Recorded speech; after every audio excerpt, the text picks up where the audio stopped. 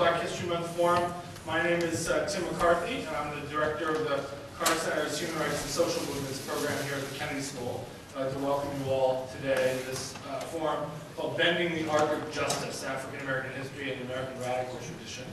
And I'm thrilled today. One of the things that is exciting about having a certain amount of control over programming around here in my own little world is that I get to invite whoever I want to come to speak at the Kennedy School. And that I get to invite them to come and speak about anything I want them to speak about. And so, as someone who was trained as a historian at Columbia, and you'll know that there are a couple of people here who I go back a long way with, my sort of background was in African American history, and particularly in the social movements that have sort of profoundly changed this nation. And so my introduction to the history of the United States was really through this radical tradition that was part of the story of African Americans in this country. And so I want to kind of go back to that root today. And we have with us four amazing folks. Unfortunately, Scott Poulson-Bryant, who's the founding co-editor of Vibe magazine, was not able to be here with us tonight because his mother is ill and he had to go back to New York City at the last minute. But we do still have four amazing guests today. Four people whom I call friends and who are leading voices, scholarly voices, activist voices, a combination thereof in the world today. And one of the things that I love about this group of folks is that these are people who are sort of coming of age and really coming into their own. And they are some of the leading lights of our generation. And I'm really, really excited to have you all here today. So let me just go through the introductions, and then we will launch into some questions. Over here, all the way across the table from me, is Zaheer, who's a doctoral candidate in history at Columbia University, where he focuses on 20th century African American history and religion. And for his dissertation, he is conducting the first ever oral history of the Nation of Islam community in Harlem. Under the direction of Dr. Manning Marable, a mentor that he and I share, Zaheer served as project manager and senior researcher for the Malcolm X Project at Columbia University, which is a multi-year initiative on the life and legacy of Malcolm X. In this capacity, he served as associate editor of an online, annotated, multimedia version of the autobiography of Malcolm X, and was also the lead researcher on Dr. Marable's forthcoming biography of Malcolm X, which will be out here in April. If you haven't gone online to look at that multimedia autobiography, it's stunning. Zaheer has also served as a senior advisor for New Muslim Cool, the first full-length documentary film project to explore the formation of indigenous American Muslim culture and its cultural connections to hip-hop, African American, and Latino justice movements. The film was broadcast on POV for PBS television. Zaheer earned his undergraduate degree here at Harvard in Afro-American Studies, where he was a Mellon undergraduate fellow and a faculty advisor to Senator Lewis Gates Jr. and historian Catherine Clinton. During that time, I added this to your bio, he was the president of the Black Students Association, a very outspoken president of the Black Students Association, and he served as research fellow, something I always appreciated, I always loved that, as research fellow for the Pluralism Project under the direction of religion scholar Diana Eck.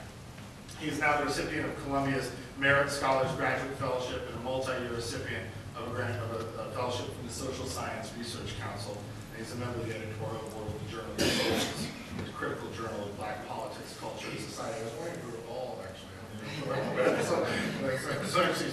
it's the one thing we all have on TV. Monique Morris, directly to my right here, is a dear, dear friend from graduate school. She's the CEO of MWM Consulting Group, a research and technical assistance firm that advances concepts of fairness, diversity, and inclusion. She is the former vice president for economic programs and the executive director of the Financial Freedom Centers for the NAACP. Prior to joining the NAACP, Monique was the director of research and senior research fellow at the Felton E. Henderson Center for Social Justice at the University of California, Berkeley School of Law. She's an outspoken advocate for social justice, dating back 20 years that we were dating ourselves. We knew each other back then. And she has worked for several nonprofit institutions and community-based organizations where she's focused on racial, gender, and socioeconomic equality, youth empowerment, and the reform of the criminal and juvenile justice system. Monique is the author of the novel Too Beautiful for Words, as well as numerous articles, book chapters, and publications on social justice issues.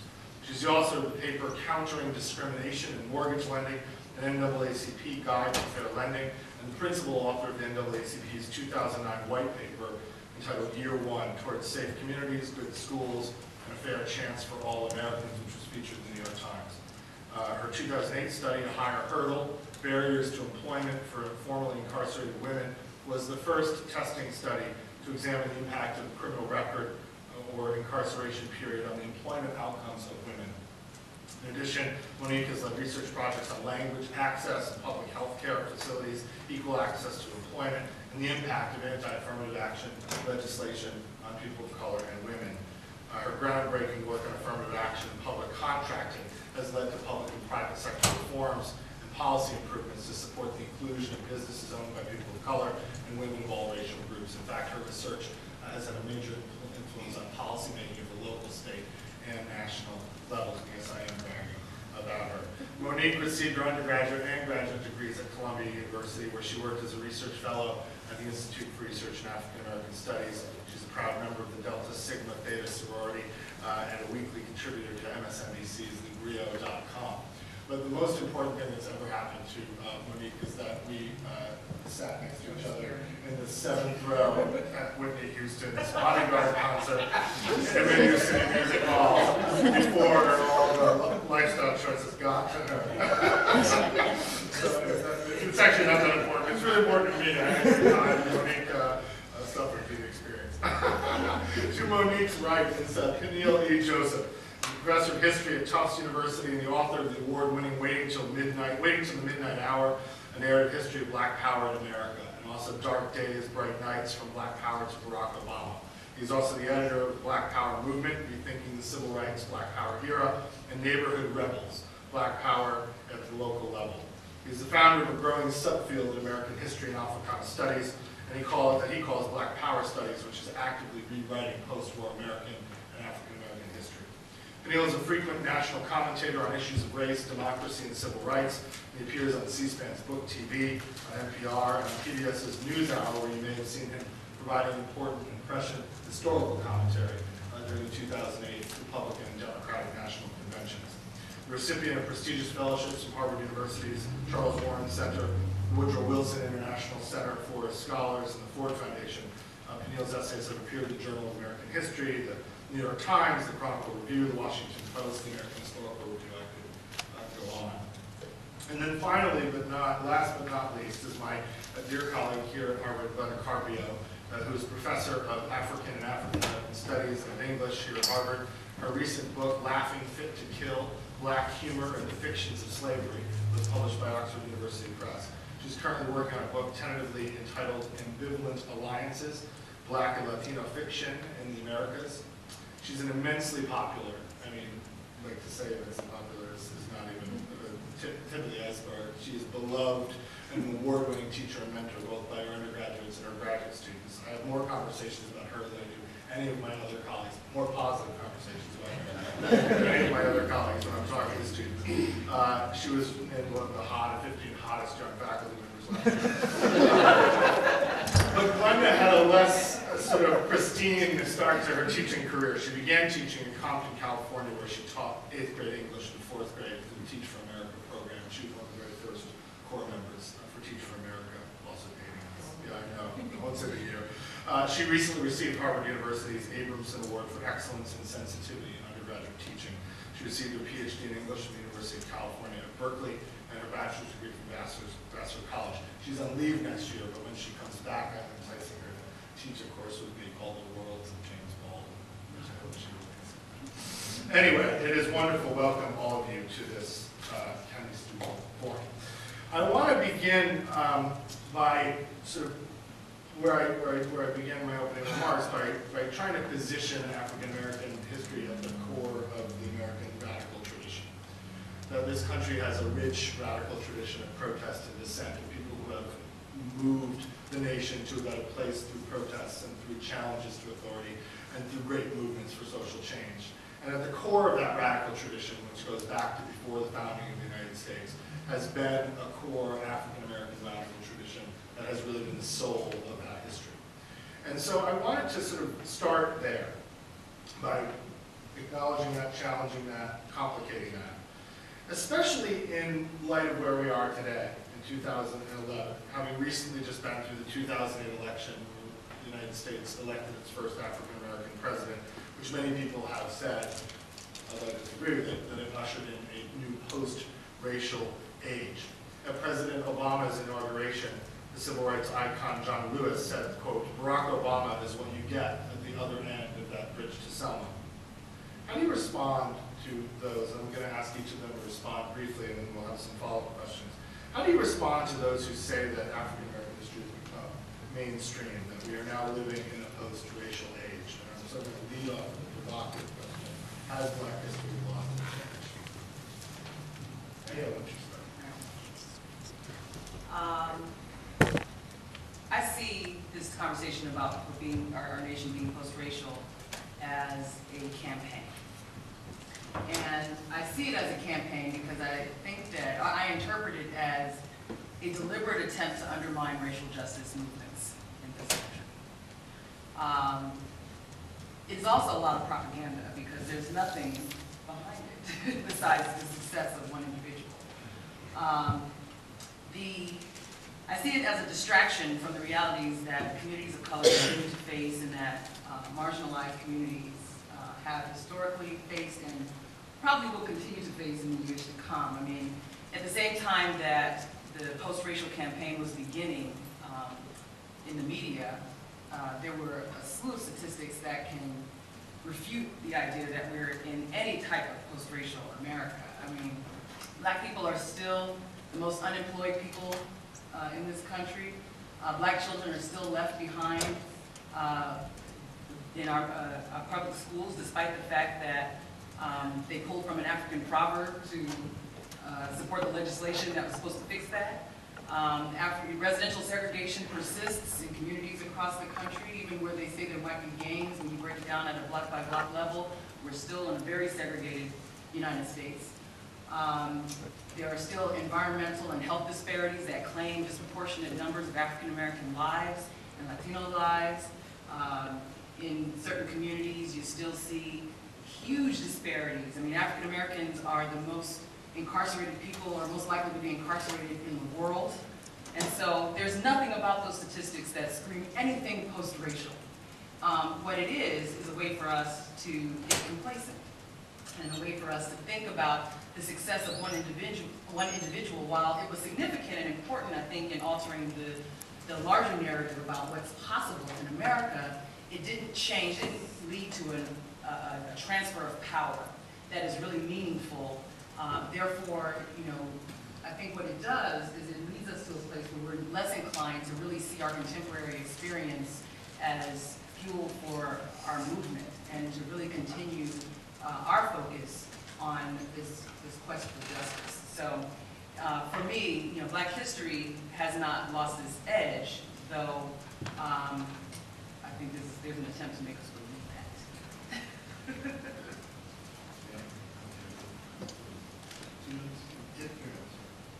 Making sure I'm not going to go over time, people. When we think about Barack Obama, I think one of the things that we think about in 2008 is that, in a way, even though it didn't usher in a post-racial moment, it did usher in, at least temporarily, a racially transcendent moment in American history. And I think people have interpreted that racially transcendent moment. And in a way, people can ask me, well, what's the date?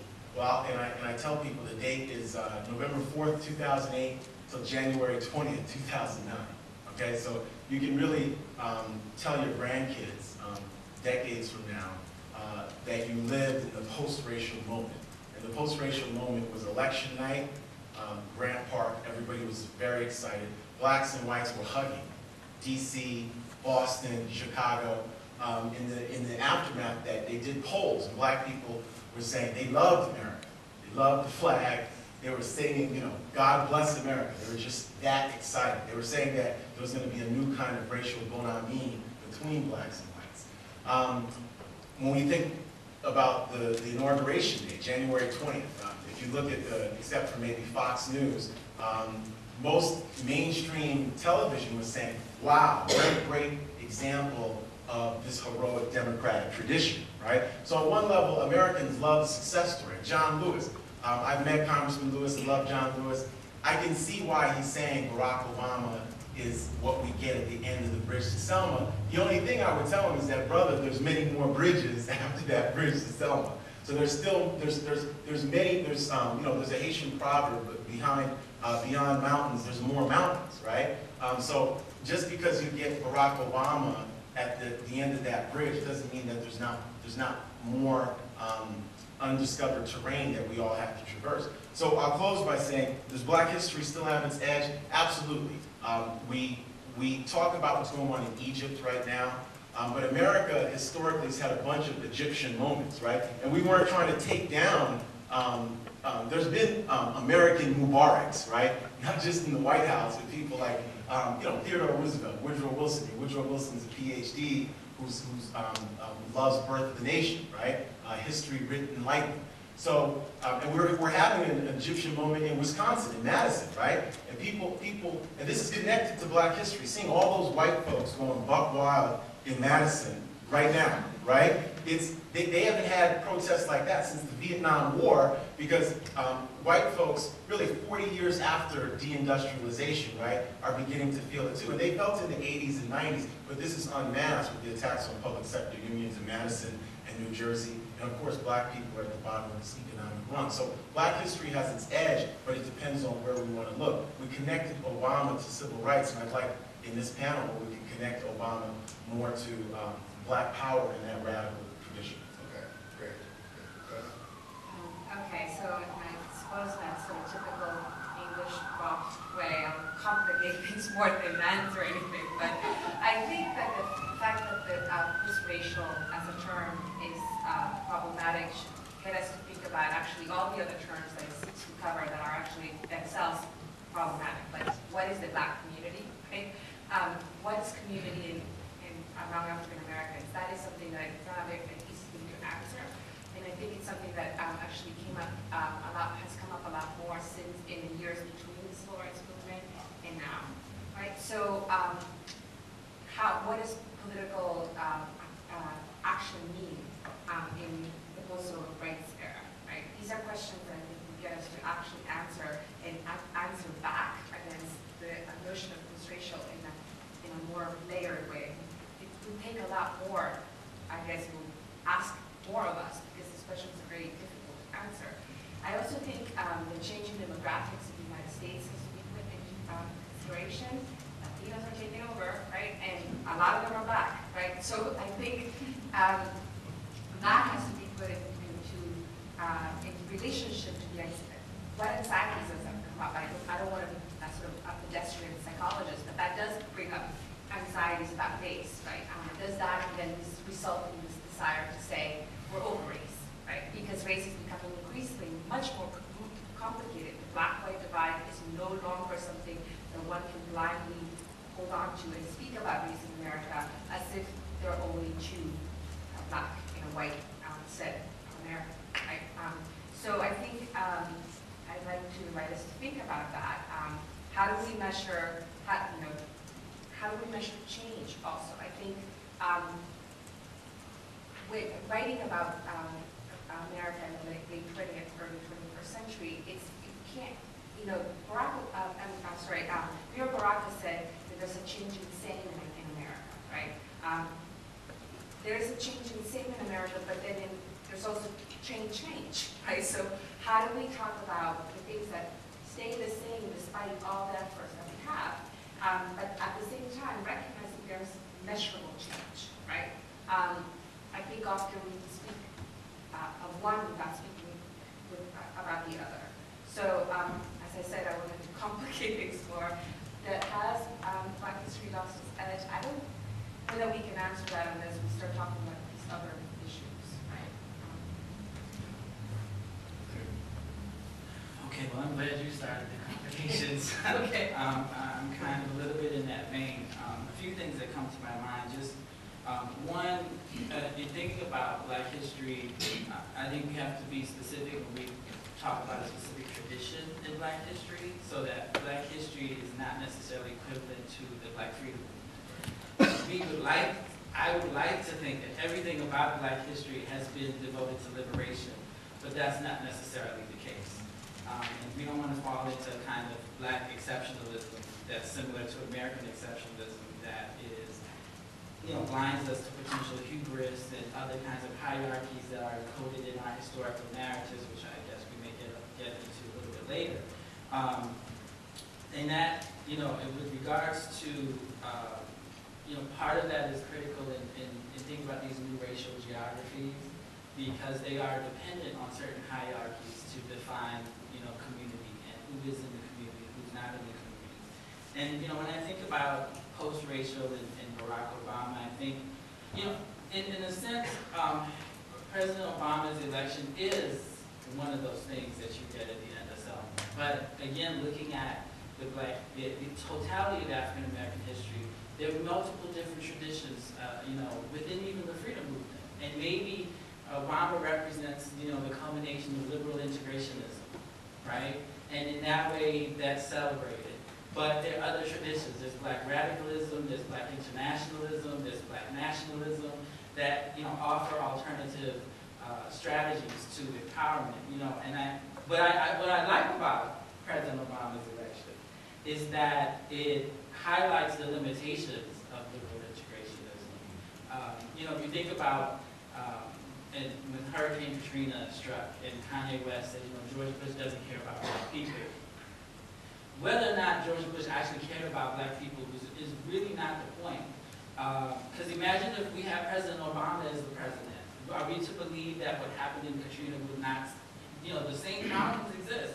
And certainly President Obama is the head of a party that endorses neoliberal policies, privatization, stripping the public sector, all of those things. So, what do you say when you have a Black president and you're facing Black catastrophe?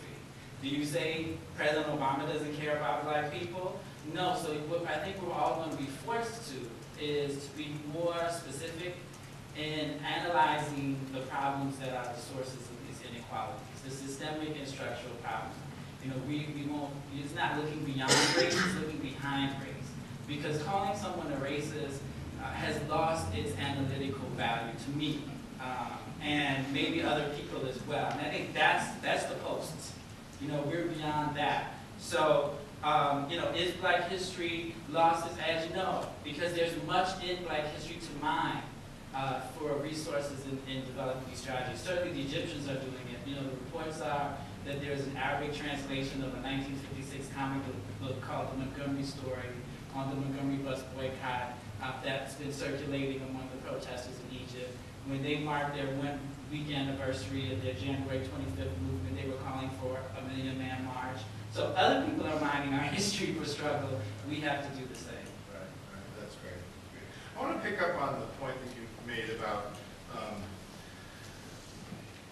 Katrina had happened under Obama's watch, and the same structural deficiencies, the same inability or incapacity of the federal government to respond in the way that it should have responded, because there are all of these underlying forces as class and race and so forth that are there, and there's all the structural problems and so forth. It calls to mind this, what is the relationship between the outsiders and insiders in politics? One of the things that this is called public policy, so we spend a lot of time here talking about how do you shape policy making, how do you exercise broad-minded leadership. And these kinds of questions often imply and take for granted the fact that everyone who's having these conversations about policy, broad-minded leadership, and so forth is at the table, is on the inside. And so I think one of the central struggles of African American history, broadly defined, right, is this dilemma, this constant question about whether or not you should play the game or invent your own set of rules. Whether you work within the Republican Party in the 19th century, the Democratic Party in the 20th century, or do you organize a movement, organize power within communities and say, you know what, they're never going to do anything for us, they're incapable or unwilling or what have you. And so I'm wondering if you guys could talk a little bit about that sort of tension within African American history around this insider-outsider tension. Now I want you to put it through two layers. On the one hand, this kind of larger relationship of power between the political parties that constitute our formal political culture and people who live on the outside of or are excluded from that political culture. So that relationship between outsiders and insiders within our political system. And then I want to talk a little bit, because I know many of you have done work within the movement, right, both here or you've studied the movement and the history of movements. To talk a little bit about insiders and outsiders within movements, right? So much of the modern black freedom struggle, with something called the civil rights movement, is organized around churches, right? Or around mosques, around the NAACP, around formal institutional formations that also exclude, right? That also are constituted with an inside and an outside. So I want you to put it through two layers, both with respect to our larger political culture and within these movement formations themselves.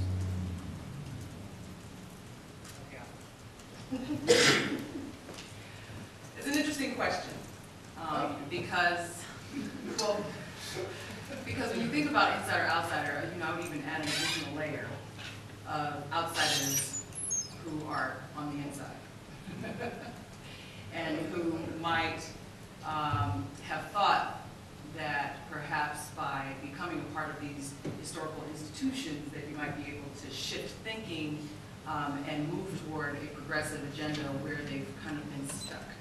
And where historically many folks, I'm sure many of us sitting here, have been critiquing that movement as students, as scholars, and then to have an opportunity to actually change that, or to think that you can change that, without really exploring what the structure is and whether or not that change is actually possible in our current construct. Those are two different things. And so what's happening now, I think, historically, I'll leave the historical piece to some of my colleagues, but I kind of want to talk about what's happening now in sort of real time around the insider-outsider dynamic, because the truth is that a lot of the decisions that are made, a lot of the leadership discussions that take place happen behind closed doors in very quick meetings with power players who may or may not have studied at Harvard and who may or may not have had the benefit of an education to talk about various leadership structures. And so they're kind of stuck in a model of one person speaking on behalf of a very, very large, diverse community of individuals who are suffering. And so you go in, you've got about two things that you've got to elevate. You have half an hour to make your point. And what you end up doing is reducing a lot of the struggle and issues in our community to something very simplistic, and that doesn't really give you a lot of time to push for a big agenda. I raise that here because when you're talking about that in the context of being an outsider on the inside, or the insider in terms of you representing or working within a structure of a political institution or party, or outside of that construct, you really still have a series of limitations placed upon you to actually move a progressive agenda. And I just think it's important to be very realistic about that, because it helps to know what you must prioritize and how to be effective in these conversations with power players when you're moving through the door. That said, our institutions are really based upon an archaic model of really only moving and working within the church. A lot of our institutions, it's really a messianic model that I have openly critiqued, not so openly critiqued, maybe open now. Maybe I'm more public. We had a very interesting conversation this morning at 7:30. But there are structures within the civil and human rights movement that really only rely on one single individual with mostly his ideas that aren't really reflective of the wealth of knowledge, experience, and opportunities in our community. Which is really interesting, because if that's what we're working with, then we have to begin to think about how the outsiders create institutions, or, my question is, should we now be thinking about how outsiders create institutions to then challenge that framework, or should the conversations be about other modes of leadership within these institutions to really try to move it? The problem is that when you're trying to move and change an institutional culture, that takes years and years and years to do. Uprisings do happen, but to change an institutional culture, to change policies and practices, to change ideas about what leadership looks like and who is capable of doing that, within the sort of Black contemporary experience is a very different thing. And so, the messiahs that have tended to lead these discussions, who we see on the news, speaking for us, who we, yell at the TV saying, you should have said blah, blah, blah, blah, or, maybe you have somebody's cell phone and you can actually send them a text saying you should say blah, blah, blah, blah. There's still a fair amount of exclusionism within these institutions that prevent us from really pushing forward a progressive agenda. Yeah, very quickly, in terms of the historical part of this, you're right, Tim, in terms of 19th century within Blacks and the Republican Party, 20th Democrats. When we think about the civil rights movement, three different examples in terms of this insider-outsider relationship is one of the biggest things the civil rights movement was trying to do during the heroic period, people reduce it, and by heroic period I just mean from the Brown decisions and Voting Rights Act of 1965, and I could sort of stretch that out in detail, but people were trying to transform American democracy, and sometimes people say it was about the right to vote or about desegregating public accommodations. It's about more than that. It was honestly about trying to transform small d American democracy, small d, right?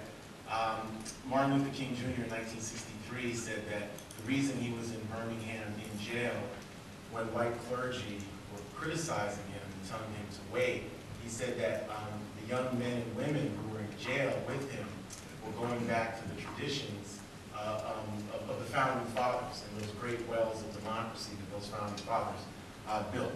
King was being too kind.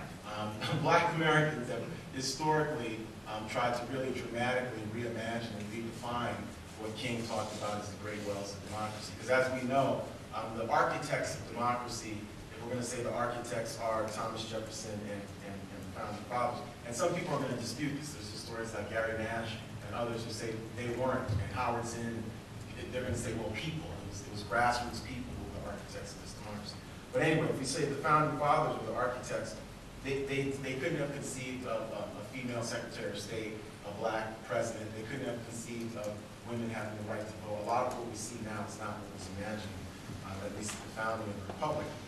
In the post-war period, the heroic period of the Civil Rights Movement, and then in terms of insider-outsider status, Mississippi Freedom Democratic Party and Fannie Lou Hamer are a great example of trying to transform the existing political party. So Fannie Lou Hamer, when she's speaking before the Credentials Committee, and Joseph Rod and all these lawyers are trying to say something different and sort of massage what she's saying, she's talking about being brutalized in Mississippi for trying to get the right to vote, and she's asking, is this America? And of course, Lyndon Johnson breaks in with a superficial press conference so that the cameras can go from Fannie Lou Hamer saying, is this America? And talking about how she's been brutalized and how there's no democracy in Mississippi, to the President of the United States saying everything's going to be good. And of course, very famous in the MFDP, really is not seated in Atlantic City in 1964. They refused the compromise of 2 seats. And there were certain Black insiders in the civil rights movement, like Byron Rustin and others, who thought they should take the 2 seats, right? So on one level, when we think about the MFDP is an example of outsiders trying to transform an existing institution. Some people stayed on the MFDP track. So you're going to have people like Lawrence Guillot and others of SNCC who stayed on that track. Stokely Carmichael tries to do something different. He tries to start an all-Black political movement in Lowndes County, Alabama, which becomes the seedbed of what we know as the Black Panther Party, right? So the Black Panther Party in Oakland really starts in Lowndes County because of what Stokely's trying to do. Jesse Jackson tries to do something very pragmatic in 1984 and 88, is say, if you can't beat them, join them. So Stokely goes off to Africa, changes his name to Kwame Ture. Jesse Jackson goes from being an activist in Chicago and starting to push People United to Save Humanity to say, well, you know what, he's going to not only just run for president in 84 and 88, but as we know, change the rules of how it's played, right? So there really is no Barack Obama without Jesse, not just symbolically, but empirically, because it's Jesse Jackson. And really people at the grassroots level, like Donna Brazile, people see her on CNN and think she's this simple person. Donna Brazile is one of the most brilliant strategists and organizers and grassroots activists of the post-war period. She's brilliant. And she's the person who sets up and it's not just down in Brazil, it's the late Ron Walters. It's all these people, Amir Baraka, who are part of saying we're going to transform the Democratic Party and use it as a vehicle to transform democracy. And they changed primaries from winner take all to congressional districts and proportional votes based on the congressional districts. So Hillary Clinton could win a lot of votes in New York, but if Barack Obama won congressional districts, he was still getting delegates. And that's how he gets the nomination. If it was the same old, he would not have gotten that nomination. So Jesse in 84 and 88 actually changes the game. But the game, as we've been saying, is rigged, right? So Stokely Carmichael, Kwame Ture had told people 40 years ago, this democracy was not working, right? Jesse Jackson tries to transform the Democratic Party. Barack Obama successfully becomes president, but mass incarceration hasn't ended. Michelle Alexander calls mass incarceration the new Jim Crow. Barack Obama refuses to speak about mass incarceration. I mean, he's not saying a thing about it, right? So part of this has to do with our democratic institutions. Are they ossified? Do they need to be reinvigorated? If so, how? Right? When we think about insider, outsider. And when it comes to the civil rights movement, my last thing will say, the quintessential outsiders of that entire movement is going to be SNCC, Student Nonviolent Coordinating Committee. It's from SNCC that we get second wave feminisms, plural, white and black. It's from SNCC that we get black political self-determination. SNCC comes out against the Vietnam War in a robust way before Dr. King, January 1966. It's from SNCC that we get black power as a radical human rights advocacy at the local, regional, national, and global level, right? So those are the outsiders in contrast to NAACP, SCLC. Martin Luther King is straddling. Martin Luther King is an insider and outsider, all right? I mean, we've been talking about Zaheer is teaching the course on Malcolm X at Hunter College. The kids still think that Malcolm is the rebel and the radical and Martin is the milquetoast. Both of those are American revolutionaries. They're both black American revolutionaries. There's a reason why MLK gets assassinated. There's a reason why. The Poor People's March is intended to bring American political leaders to their knees in a nonviolent way. That's Gandhi. Gandhi is not somebody to be messed with. Gandhi actually brings the British Empire to its knees, just nonviolently. That's all, just nonviolently. So the Poor People's March is intended to bring the American government to its knees, but he doesn't want to hit anybody. He's not going to curse at anybody, but he's going to transform the entire system of American liberal democratic capitalism, and it stopped short in its tracks, right? And remember, that's a multiracial, multicultural movement. Do you want to speak on the historical thing? Because I'm going to move out of that. I mean, I think Peniel covered a lot of ground, but I think of a couple of instances that come to my mind that I think will illustrate a point that I would like to make.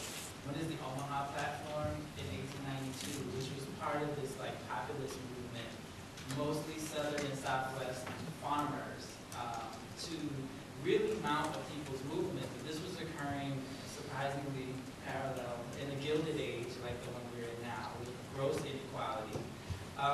And one of the reasons why it was not successful was, it was a farmer-based movement, so they weren't really able to attract most of the industrial workers. But the other reason why it wasn't successful is they weren't able to dislodge black loyalty to the Republican Party. So there's this issue of allegiance and loyalty to a party. And the other time this comes to my mind is the debate between W.B. Du Bois and Hubert Harrison during World War I, where Du Bois writes this essay in Crisis saying we must close ranks, that we have to go fight for democracy abroad. And Hubert Harrison is like, I think the piece is called The Descent of Du Bois. He's like, are you crazy? Like, we're being lynched, there are race riots, there are programs, ethnic cleansing, and you want us to go fight abroad? What is wrong with you? So people come back from the war, Du Bois pens another essay saying, okay. He was like, what do you think that? He was like, we went off the fight. He was just like, we came back, now we have to fight back at home. And I think this illustrates for me, one of the things we should keep at the forefront, if we're concerned about social justice, is our relations to the state, to the nation state. And It's difficult at this particular moment because the head of the nation state is black, right? And is being attacked by racists. I mean, let's be very clear. And because his ascendancy to the presidency challenges this, the racial narrative of the state historically, which we see a response to, like reading the Constitution without talking about how slavery is enshrined in it, right? Or these commemorations of the Civil War that don't mention slavery. They just staged the inauguration of Jefferson Davis in Alabama. They had like a secession ball in Charleston in December. There's an attempt to use, this is why history is so critical to this process, there's an attempt to rewrite history, to fight against the way that the presence of Barack Obama has challenged the racial narrative.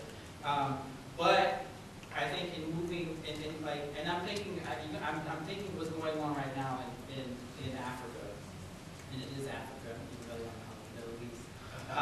Because it's not just Libya, it's not just Egypt, it's Cameroon, it's Gabon, it's Sudan, it's Djibouti, so unfortunately they don't have the kind of media push that we're seeing. But anyway, thinking about Libya in particular, it's an interesting case study because Gaddafi, who has documented human rights violations in his country, has also been a champion at times for black liberation movements.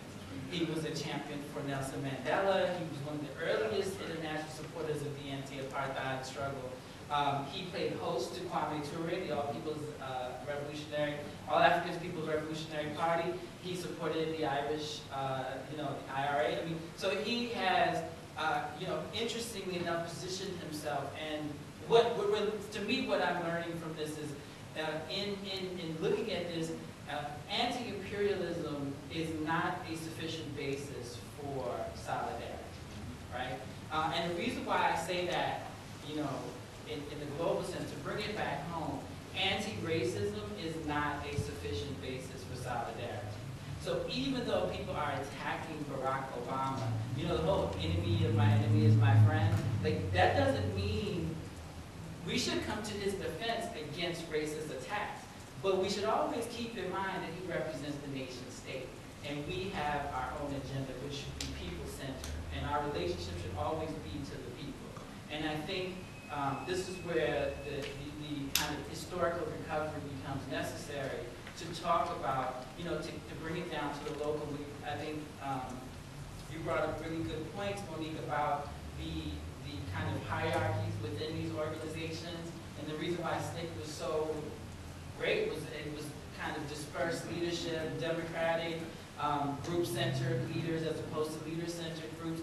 Again, we have to, just as we challenge a nation state, we have to challenge the many nation states that are our organizations and institutions, and always keep the people centered. And I think that's what we mine our history for. And he needs that. Like, the important thing to know is the president needs the challenge, because without it, there's no basis for any movement. Well, the other thing too about him right now is that he's the only president in my lifetime that's actually asked for that too. Right. I mean, when he invokes the sort of bending the arc of justice, right, which is the king, he actually asks for people to bend the law. Whether he's being truthful with us or he actually wants us to bend it really hard is another question. But he has asked in a way that George W. Bush and even Bill Clinton, Ronald Reagan certainly never asked. I just have a brief thing, and I think you anticipated some of what I was going to say, is that I think that some of the things that plague us even when we think inside out in politics and progress or protest in black historical black tradition is a certain parochialism that keeps us wedded to, we do this business of saying, how does the movement, big capital M, how has it influenced movements in other countries? But we rarely do the reverse, where we say, what happened in China? How does that affect, how might that teach us something about what we do here, right? Or even if you stay in the same hemisphere, right, in Latin America, like, what about, any of the huge movement that happened in the 20th century, what did they have to say to Black Americans and Americans in general, right? So that I'm trying to spin the idea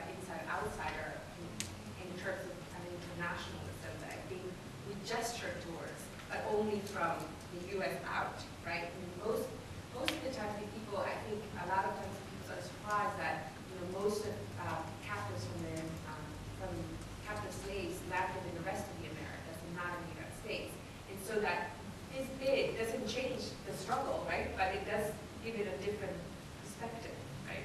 I also think I want to spin the inside-outsider thing to think about how often we think of like racial struggle when something like immigration has such a huge impact, right, on what that looks like.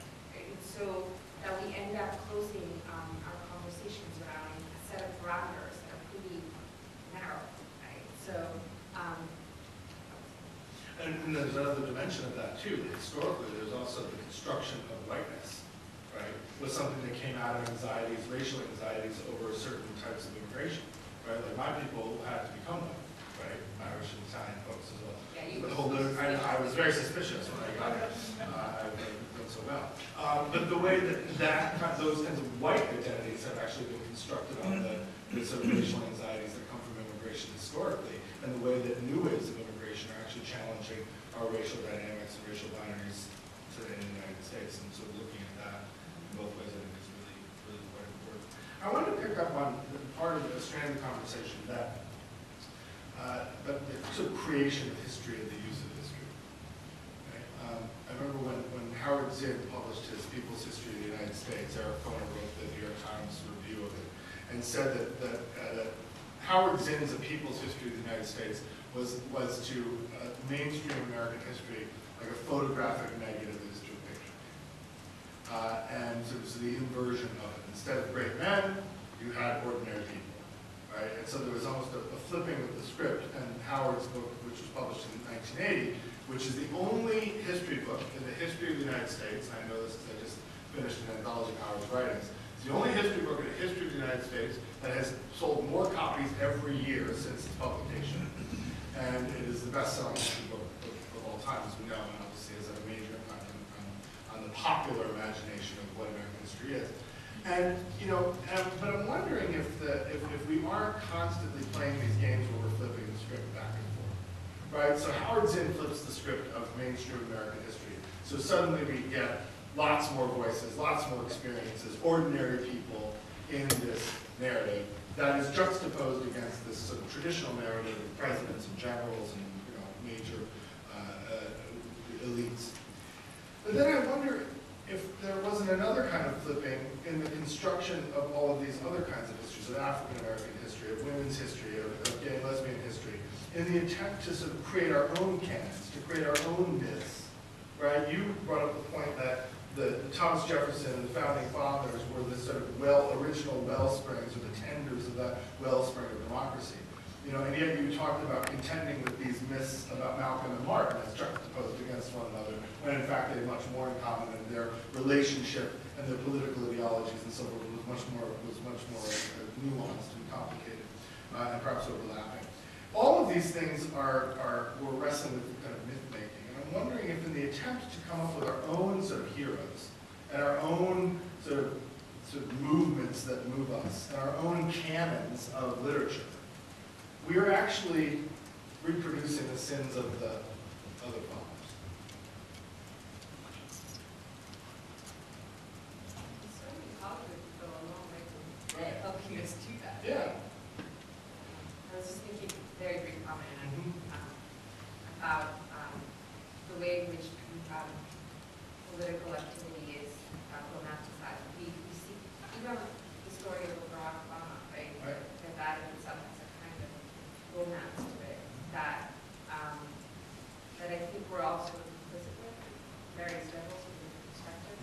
So I wonder, maybe that's one element that we can think about. I guess it's kind of finding a tension in between the two, and not being too extreme either way. And, I think the dangers of the messianic model are pretty clear, but there are some risks in over-exaggerating the role of the people,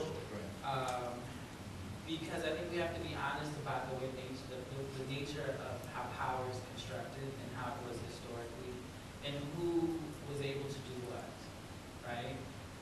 And so that even if you have these kind of people-based movements, they're working under certain constraints. And I think it's important to do that so that, I mean, you know, people aren't beating themselves up in the present because they're not able to do what people did in the past. And a lot of this kind of recovery of people's history is present motivated and present informed because we know what to look for, right? Like there's certain kinds of, there's certain kinds of agency that we look for now because we're aware of it now that people didn't look for back then. But what exactly was the role of that agency, right? Like there's this whole debate about subaltern, was smiling an act of resistance? Was, I think we have to, and I'm giving that's an exaggeration, right? But, like we know now, for example, slaves broke tools, they had work slowdowns. Well, we know that because we do work slowdowns, now, so we know to look for that, right? But we have to think about, I think, a balance. And I'm not sure exactly what that balance is, but I think valorizing, this kind of people power can be depressing when you don't put it in the context of the immense power structure that they're up against. Because then when you're now facing similar power structures, you're like, why can't we do it? I mean, there are lots of people who are organizing electronically, and while that lacks sort of the sexiness of having people in, real people in communities that you can go in and touch and feel and talk to, it still is a powerful tool to exploit in many ways to advance a progressive agenda. And it's just that this is all beginning, and we're just starting to sort of really figure out how that works and what that means in large terms. I think, Obama certainly got some of it, and understood the power of those tools to move forward, and other elected officials have been following suit and trying to replicate that model. I know I get emails from just about everybody these days. And whether or not you contribute to a campaign, people are starting to understand that people are connected through their phones and connected in a way that they weren't before. That can be a very powerful tool when trying to tell a story.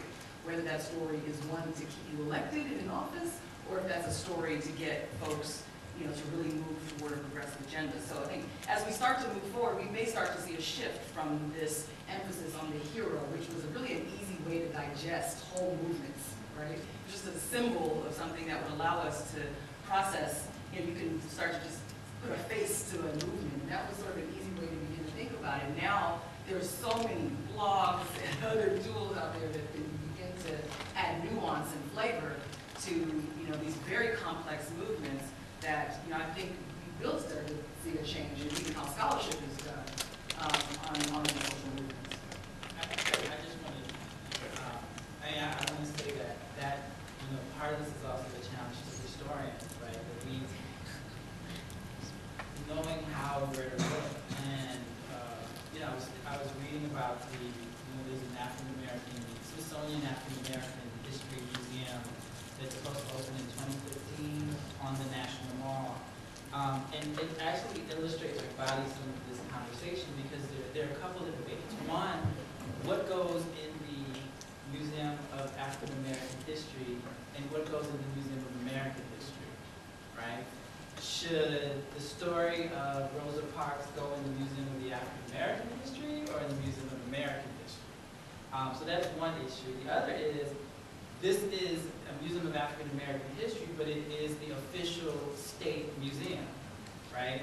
And so this is a state narrative, right? And so how do you treat, is everything going to be treated as triumphalism, right? Exactly. Exactly. So I don't know how that came to my mind. Yeah. Everything, you wind your way through and then you get Barack Obama. Yeah, but they got that exhibit. No, I know. American History, for people who aren't familiar, there's an exhibit in the Museum of American History, and the exhibit was set up so like you went through all of these stages of protest and you get to the final picture, and it's the picture of President Obama. It's like, this is the promised land. And I think you said it to people Yes. Yeah. I like to be pushed back. No, I'm a sturdy guy. I don't think, no, Try to push him back on this. I don't think we've had too much people's history, too much grassroots. Oh, I history. agree, yeah. If anything, I think the way in which we've all been taught our history is, for the most part, being great white men, right? Who were white, who were straight, who were pretty wealthy, or considered pretty brilliant. And certainly, I do agree that there's been aspects, not, I would say, recent African American history, but in the past where there was an attempt to sort of have that times parallel, where it's these great black men, it's Malcolm and Martin, and everyone's saying, okay, so where's not just Rosa Parks, but Ida B. Wells and all these different people, Fannie Lou Hamer, Ella Baker, all these different people. So one, I push back against that. Two, it becomes how do we, and I have a problem with the Twitter revolution and all these different things in this sense. I think what technology has allowed us to do is mobilize. It's been much tougher to organize, right? Because one of the things, when you look at social movements, whether it's Haymarket, whether it's the labor movement, the feminist movement, gay and lesbian rights, obviously civil rights, black power, there's a couple of parts. The thing that you see at big demonstrations is something called mobilization. What brings the mobilization about is something called organizing. What somebody like Malcolm X, Stokely Carmichael, Ella Baker, those people are organizers. King less so. King is sort of an organizer of organizers in the sense of SCLC goes into a city and hooks up with the local leadership and sort of tries to bring about a conflict, right? So King is the only person who can bring hundreds of thousands of people to a certain given spot. He's this national mobilizer. Some of the new things that we're doing with this technology, we're not organizing, we're mobilizing. One of the biggest exceptions is 2007, 2008. But the problem for people who call themselves progressives, and I was telling my students the other day, I think it's interesting everyone's calling themselves progressives now because in a way it's a pushback because the right hijacked the term liberal, right? So they hijacked the term liberal. No one calls themselves liberals anymore. When, presidential candidates were calling themselves liberals. Kennedy, Johnson, people call themselves liberals. 2 generations ago now, you can't say it because it's been demonized, so people are saying progressives, including Barack Obama. But when we think about 2007, 2008, people organized, and there was really a social movement that helped get Obama in the White House. Some of my friends who are on the far left will tell me, well, it was Wall Street and different people. I'll say you've got to at least admit it's a dialectic. When little old ladies are giving you $2 and $3, right? So even though I get it, that there's a whole group, like Monique was talking about, of Lakeshore liberals who are part of that. Abraham Mikva, if you read the David Remnick bio, and you read these bios, there's a brain trust that's connected to this institution that leads to Barack Obama. But at the same time, that brain trust in and of itself could not have gotten him elected, right? And that's where you get the dialectic in terms of he gets 68 million votes, and not just that, more Americans saw him in person than any other presidential candidate in the history of the Republic, okay? So that's what people never kind of looked at empirically. More people physically saw him than any other person who's ever been president in the 200-plus history of the Republic, which is huge, which is really, really big. It speaks to sort of grassroots insurgency. The problem with the social movement that got him in is that the only thing they could agree on was to elect him, okay? That's the only, their one universal thing was, let's elect him and he fixes it. So I knew people who were for Obama who were part of prisoner rights and prisoner abolition movements, people who were for health care, gay and lesbian activists, feminists, people who were religious leaders. All these different people were for Obama. They can't agree on anything else. And even once he got elected, they said, whew. And I'm talking about the progressive, not the right wing or the Tea Party. The people who put their foot off the accelerator after the election, it was that coalition.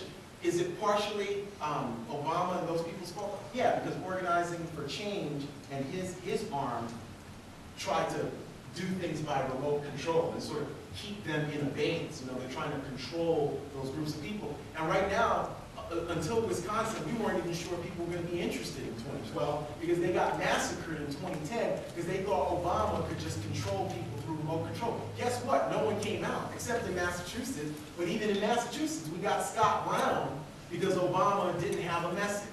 That's how we got Scott Brown. And hopefully in 2012, that wave can just take him out. But the way you get Scott Brown is because they thought it was a top-down movement. Even as rhetorically, and the historian Obama knows, it wasn't just top-down. But once he's in there, he's held hostage. He's constrained by this high level of democracy, right? Because the higher we get, the sad part about our democracy, the higher we get, the more constrained we are, right? And what we can say, what we can articulate. And again, this is not linear. I agree with what everyone's saying about teleology. We talked about race and poverty in this country better 40 and 45 years ago than we do now.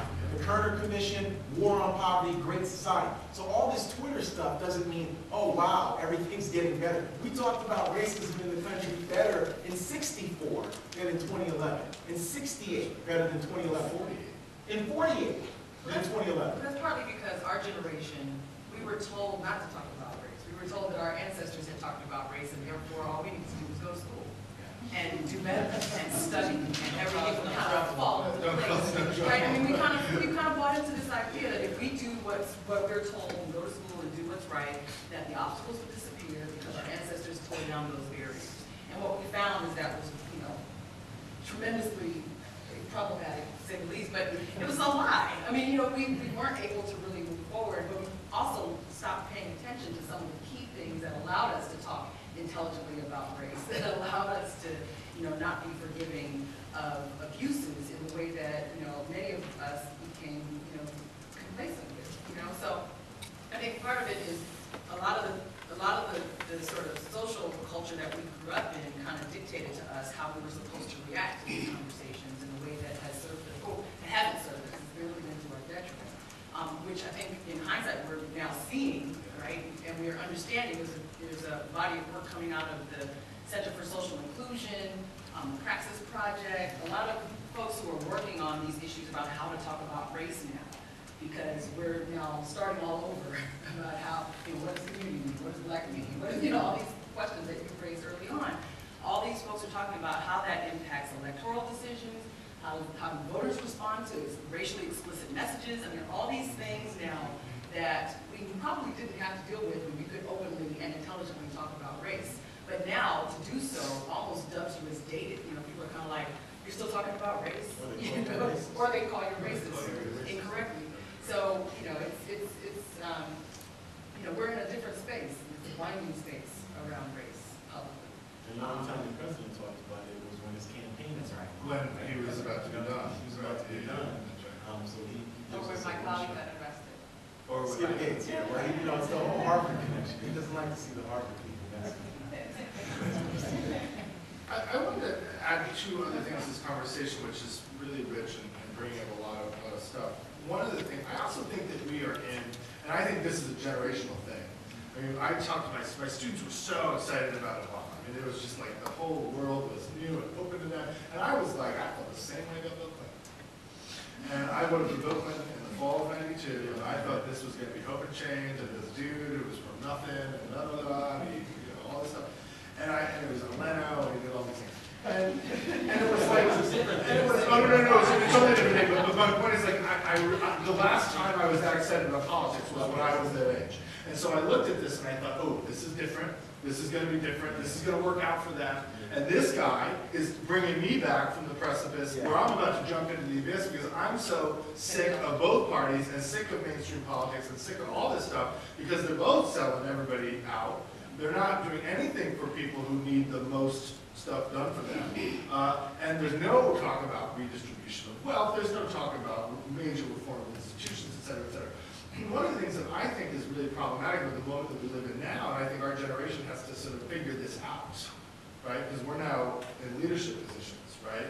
And is that there are two things that you were talking about that I think are really crucial to understand. One is that we confuse this campaign with a movement.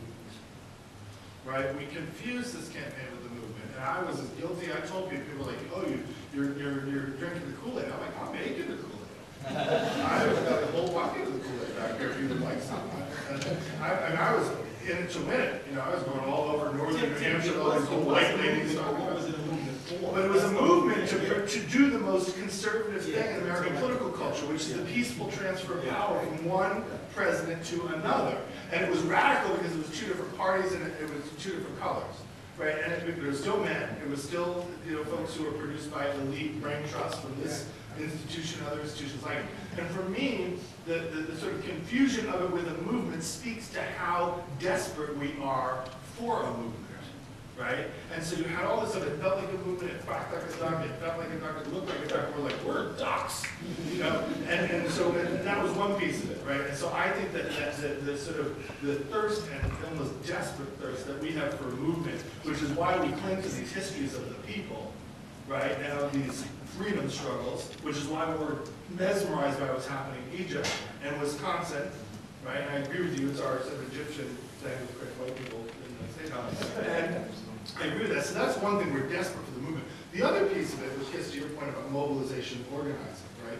When I went to that horrid march that Jon Stewart and Stephen Cook did, that was like anti-politics. It was like a vacuum of nothingness, right? The only thing that was exciting about that was all these people around with legalization of pot size, and I'm like, if only they had some here, this would be interesting, right? If only they had some here, this would be fantastic. And one of the things that's happened, and the same thing with the Glenda rally, when I was like terrified, I'm like, all those white people at the march, you know, the March on Washington was coming together with him and Sarah Palin, this is a recipe for disaster, somebody's going to bring guns on, right? And I really thought that. And then you get there, they're all talking about Jesus. With no political agenda, and no, but the thing that united those two rallies, which I think is fascinating, is that there was almost an anti-politics. This was all mobilization, no organizing. One of the things that you were talking about was, what do you do? How do you organize people to get to that space? All we did is mobilize and they get there. No, none of those people knew why they were there. They didn't know why they were together. They were there together. They had nothing in common, right? And it was a big party. It was like a 21st century Woodstock without the drugs and the sex and the rock and roll. And so what it becomes then is this place where people perform a particular kind of politics in the absence of a real movement to be connected to, and then they're mobilized to go to a space where that performance takes place, and then there's nothing afterwards. There is nothing to go to afterwards. There's no place for us. So there's no place before or after, and that place where we perform becomes politics, which speaks, I think, to a real crisis for our generation. I'm sort of wondering if you can maybe speak to that, and then I think we'll open it up. Well, very quickly, I think there is politics and political organizing being done. Obviously, Monique is an organizer. I've been active since I was, my mom was a Haitian immigrant, came to the United States in 1965, and was part of the 1199 Hospital Workers Union. So I grew up in New York City. I was on my first picket line at 8 years old. My mom told me Ronald Reagan was a very bad man. She was right. I made a dartboard with Ronald Reagan's picture with my grandmother, who was a Catholic worker. So I was, you know, so that's how I was brought up. And no, politics continues. You know, Tim O'Neill very famously said that all politics are local, or is local in the case of Tim O'Neill, it is local. I think that is the truth today, whether it's what's going on in Egypt or Madison, Wisconsin. And so one thing we always try to tell students, I teach courses on Black Power, seminars on the Black Panther Party. Some students who, I'm at Tufts, and sometimes students, you know, they're 18, 19, they find out about this and they're ready to start the revolution. You know, they're like, you know, they're angry, they're like, you know, I can't believe this happened, murder, Fred Hampton, all this stuff. And I'm saying, well, you know, it's really, I'm glad that you're excited, but it's a marathon. It's not a 100-yard dash. You know, like this stuff happened, it continues to happen. Oscar grants, there's going to be these tragedies, and we just have to think the long view, right? So politics and organizing, it's happening. I mean, one of the most interesting things about the election was when there was a Black Power activist in St. Petersburg, Florida, who used to be named Joe Waller, who's now named Omali Yeshitela, who jeered, he sent his troops to jeer Obama. They had a huge sign in St. Petersburg, what about the Black community, Obama? He was then just a candidate. It's August of 2008. This was on C-SPAN, and I was watching it live, and, you know, Obama was sort of stuttering when they were cheering him. It was great. It was great TV. It was great.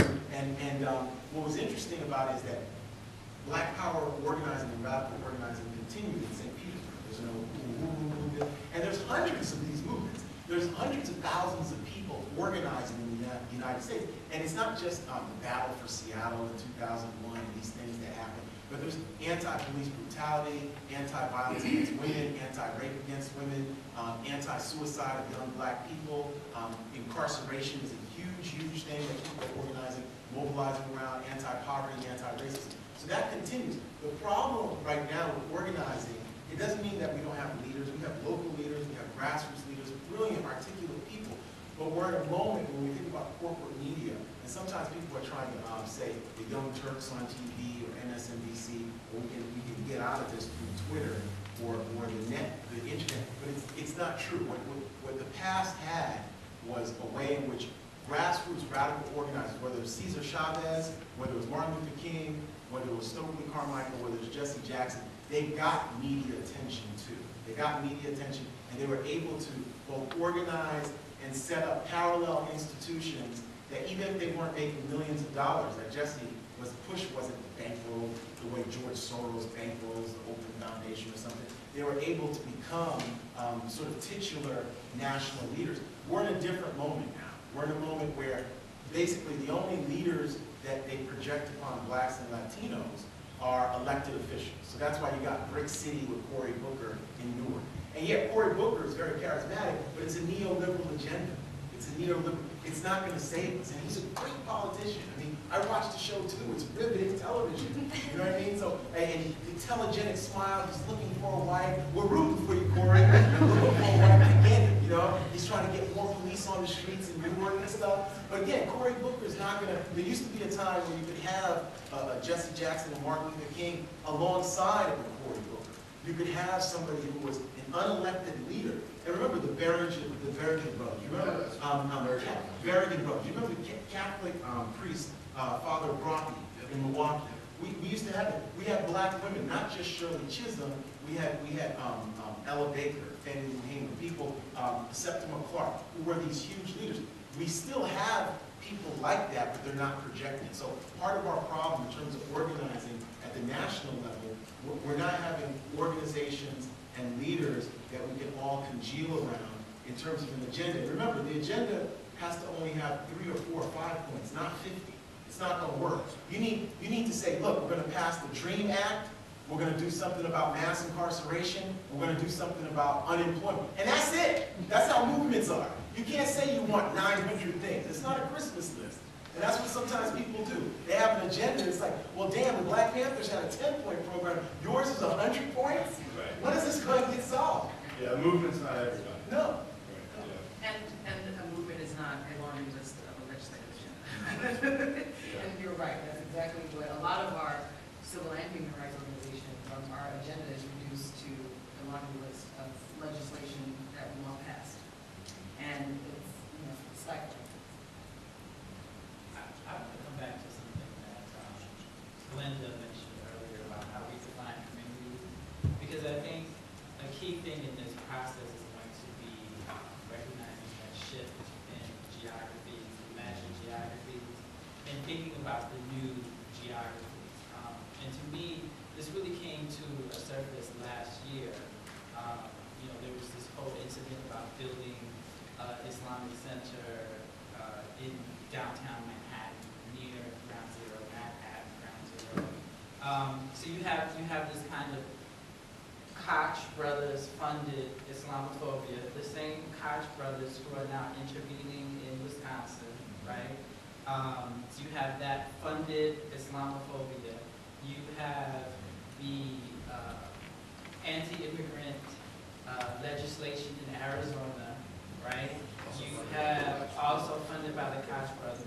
You have the proposition, I forgot the number, in California, 8, funded by the Mormon Church, right? And probably also. And probably also. Let's just be honest, they're a little bit. But to me, it's mapping a new geographies is understanding how these relate to nativism and how they relate to how people want to define the nation state as a citizenship, as a patriarchal, white patriarchal community. And in this way, Barack Obama has been very transgressive, right? And this is why they keep calling him a Muslim, right? 1 out of 5 Americans last year around this time believe that he's Muslim. I think it's a higher percentage if you just poll Republicans or conservatives. And it's not about his religion. It's a way of saying he isn't American, right? And so part of this, you know, the fight for gay marriage, or even the Don't Ask, Don't Tell, which was recently, it's about who is and is not part of this country, right? The same thing with, you know, Islamophobia, the same thing with racism. And I think part of the project has to be, you know, imagining new geographies, imagining new spaces. And I think this is where the history becomes really instructive, because, you know, Islamophobia is not new. It was used, it was deployed against the Nation of Islam, it was deployed against Malcolm X, it was deployed against Elijah Muhammad. Homophobia is not new, it was deployed, you know. So I think it's important to, you know, and solidarity isn't empathy, and it isn't pity. It is, you know, an understanding of how your local struggle fits in a superstructure, right? And I think that kind of shift in the way that we talk about this is necessary, because we need allies, right? And this is where the technological revolution has been very helpful in kind of promoting a discourse beyond these kind of traditional boundaries. I think I'll open it up now for questions. So if people have questions, raise your hand, tell us who you are, and ask a question, and that's a question. Yeah, go ahead. If you'll stand up and project, belt it out. My name's Marilyn Frankenstein, like in the movies. I teach at UMass Boston. I have sort of a point and a question. One is, I think that the social justice imagination has become so limited. For example, in the DREAM Act, they talk about military service as one way of becoming citizens. In the student immigration movement here, they had, you know, a number of hearings, demonstrations at the State House. They're asking for in-state tuition, and I said to some of the people, why not free tuition at public colleges? When I went to Brooklyn College, it was free. You see, we're so limited to thinking that way. And I don't know, to sort of comment on that, but related, I was struck when you talked about the Stewart rally and there was also One Nation, which I went to, which got virtually no press, which was quite a different kind of rally in terms of tons of human people, tons of people of color, young people, old people.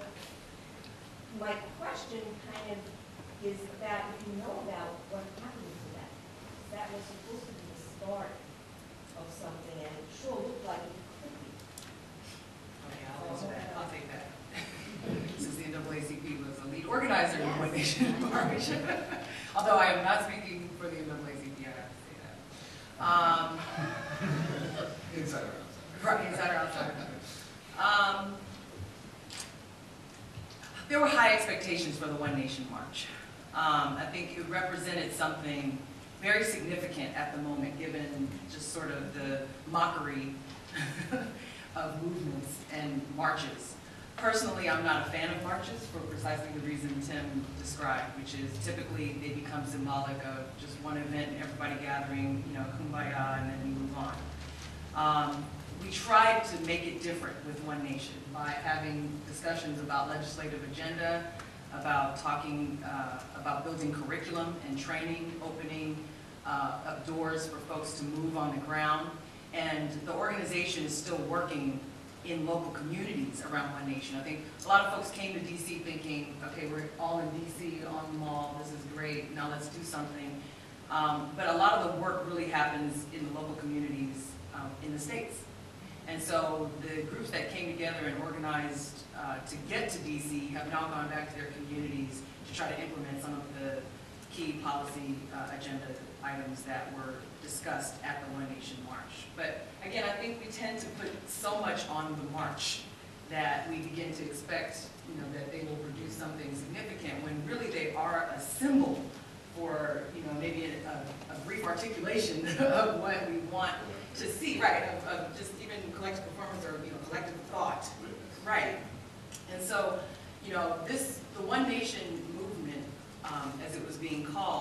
was really about mobilizing on the ground. And that's what the field structures were put in place to do, was to work at the local level with the unions, with the civil rights, civil liberties organizations to really move that forward. I think we still have a lot of work to do to really make sure that that agenda remains progressive and to make sure that folks are in it for the long haul. Because people get excited around the march and people want to come to the march and participate, and then you go home and life happens. And so that's sort of where we are at this point with really making sure that One Nation becomes more than just a collection of speeches, which I think would be disappointing to everyone who was in attendance. I have a diverting thought. Sure. Some of the things that we were talking about. I think it's important for us to think about romance and resistance and why us in America that it carries so much of what images do we have of resistance, right? And march is certainly one, right?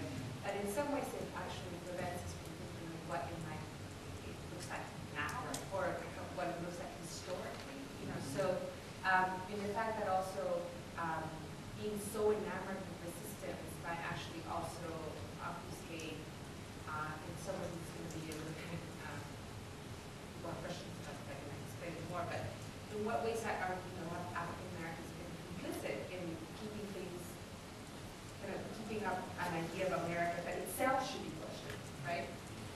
So resistance can actually also be kind of conservative, right? And I don't know that we think along these lines of talking openly about this. That's a good point. I'm glad you raised that because, when you're a student in this movement, or when you're a student, you kind of learn about these strands of nationalism, right? Conservative nationalism, radical, revolutionary nationalism, cultural nationalism. And, I think the dominant,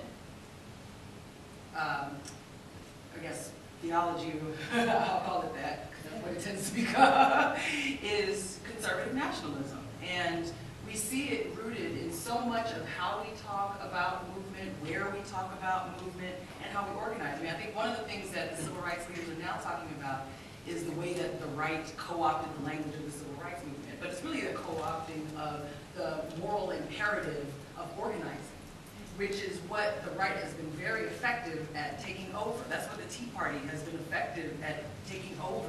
And that's what a lot of the more progressive, I use that term loosely because I tend to really want to see progressive agenda, when I call somebody progressive. But it's not just someone who's afraid to say liberal. Yeah, I think we need to be careful with that. but I think what we've seen is a sort of taking over of this language around morality and around family and around these core values that all of us embrace to really move an agenda that is counterproductive to many and most of the American people. So I think as we start to think about what is happening and how we're moving, a lot of it has been in that vein. And so I think it's important to raise that what can we do differently to make sure that we don't just kind of stay in a conservative space around our discussion and narrative around justice, right? It's not really about, when you think about it, we're not trying to be conservative. What are we trying to conserve?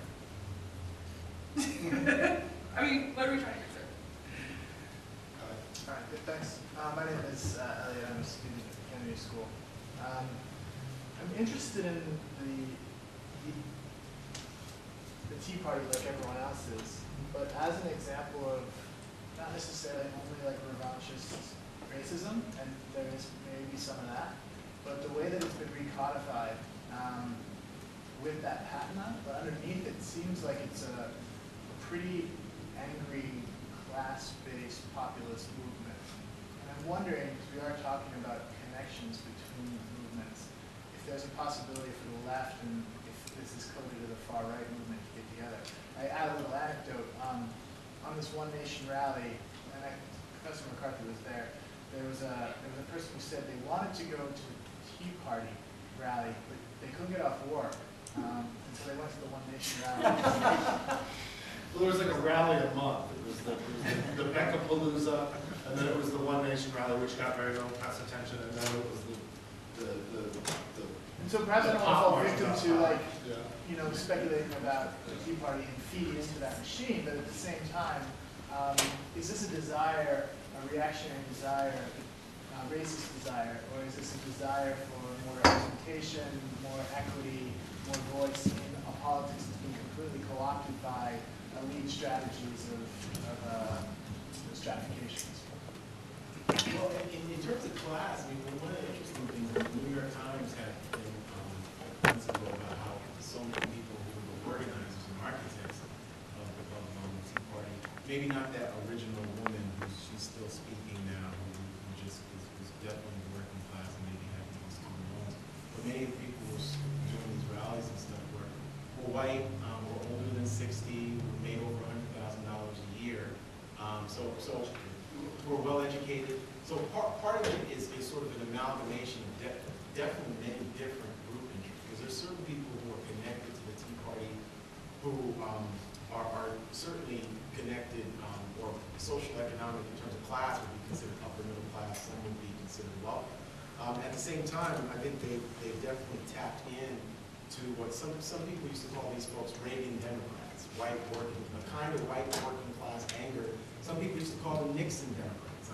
There's the famous in the early 1970s construction workers riots in New York, where the construction workers beat the crap out of anti-war demonstrators. And many people, in Nixon's silent majority, were really happy about this. There's a great film in 1970 called Joe, where Joe, the protagonist, is a white working class guy who's unemployed, who, along with this middle class suburban guy, sort of go on a rampage against youth and youth culture, right?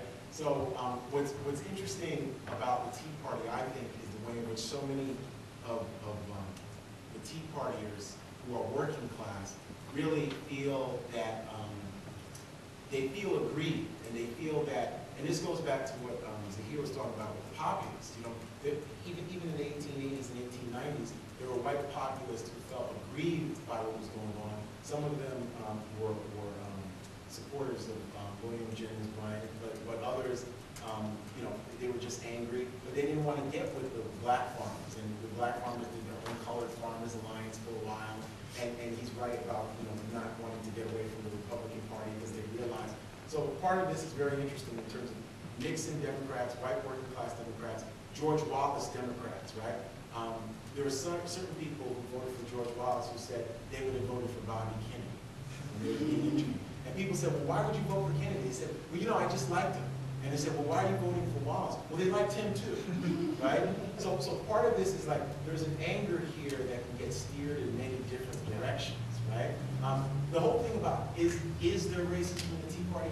No, absolutely. I mean, I think that's a no-brainer, because when people have been interviewed and the signs and different things, there's been signs, not just birther signs, but signs that are overtly racist. So this is not me as a historian interpreting. I'm saying that, and that's why I think racism still has an analytic value.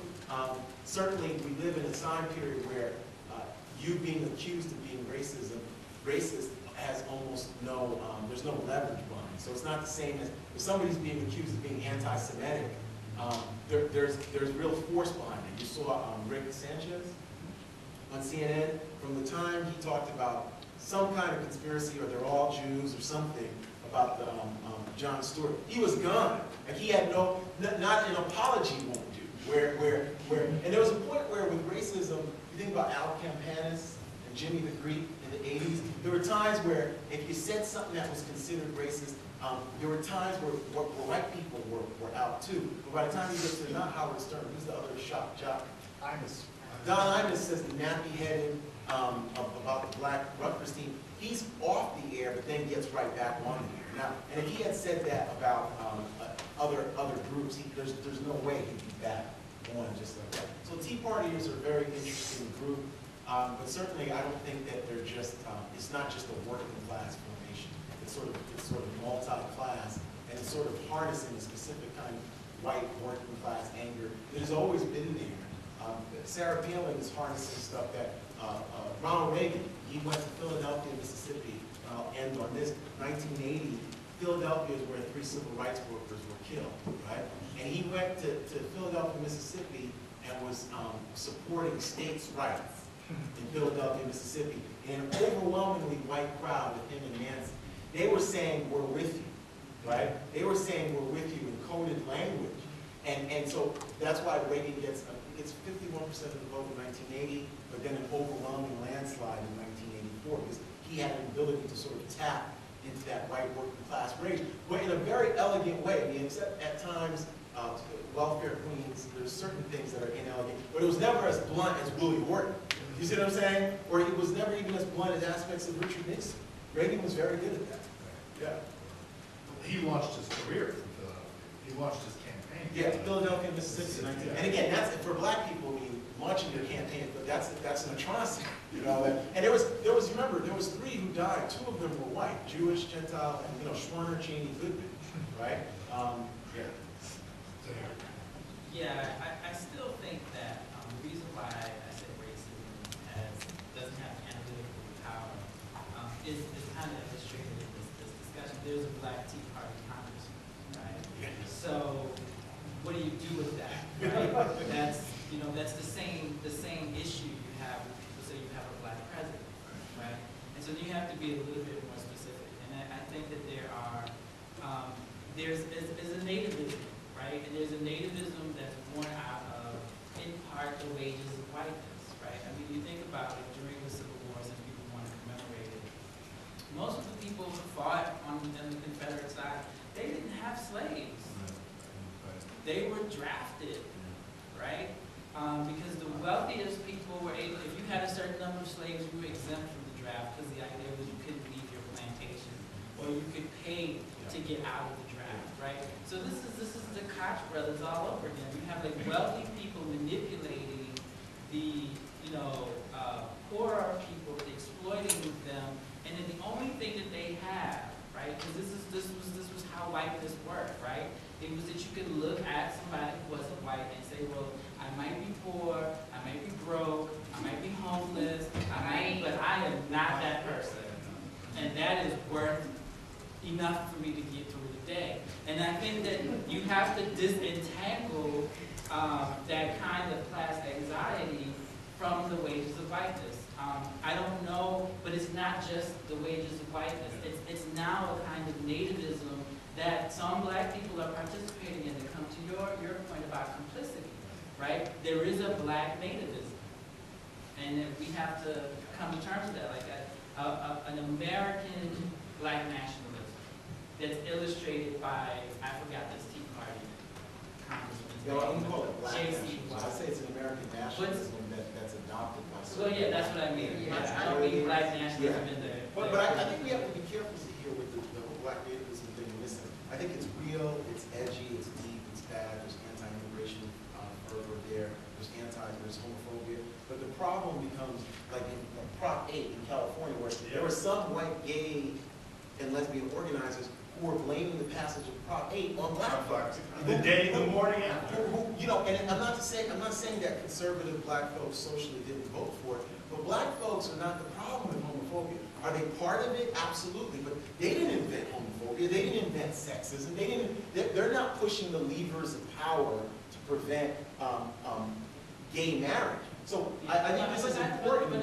But I gotta push back. I Yeah. mean, I still think that, and this is how we have to be honest about Yeah. our history. Like, our history has not always been liberation movement. This comes back to your point too about there's always been a conservative element where people just wanted to be American, and they were happy to have a piece of the pie, and damn be everybody else if they didn't get one too. And I think we have to be really honest about that. We have to say, empirically, I don't know how we disaggregate in the sense of like. I'm not saying majority, no, Okay, but we can't ignore that has not reared its presence, especially on the immigration debate. No, I think it's important even outside of that context, because what you have is, just remember, the Black person who said, Nat Turner, right there, you know what I'm saying? Like, there's always going to be somebody who is of African descent, or somebody who is a part of the community that is willing to participate in an agenda that is to their district. Right? So you have, right, I mean, you can go through the list, but to me, I see the Tea Party as a reaction to a perceived loss of power. It's all about perception. It's not about real loss of power. It's about organizing and mobilizing around fear. And that is a very powerful tool. And, it's something that has been in this, a part of this, construct is partly why Black history was constructed, was to try to challenge that fear, try to, get people to feel comfortable with the idea of people in this country, to engage that we're not all, one way, and to try to mobilize, and try to get African people to understand who we have been in this country, so we don't buy into the negative stereotyping and imaging that has perpetuated our dysfunction in many ways. So I think, as we start to think about all these different ways, there are always going to be people who have conservative agendas, radical agendas, progressive agendas, et cetera. And that's an important part of this discussion. We need all of it. At the same time, we need to be willing to challenge those things and those dominant philosophies that, again, lead to the subjugation of large numbers of people. If the Tea Party stands for something, I don't care what that person physically looks like. If that is not going to, benefit my community, or if it's going to be something that challenges the advancement of my community, then I will fight them out. Or another community, right? Well, my community is very large.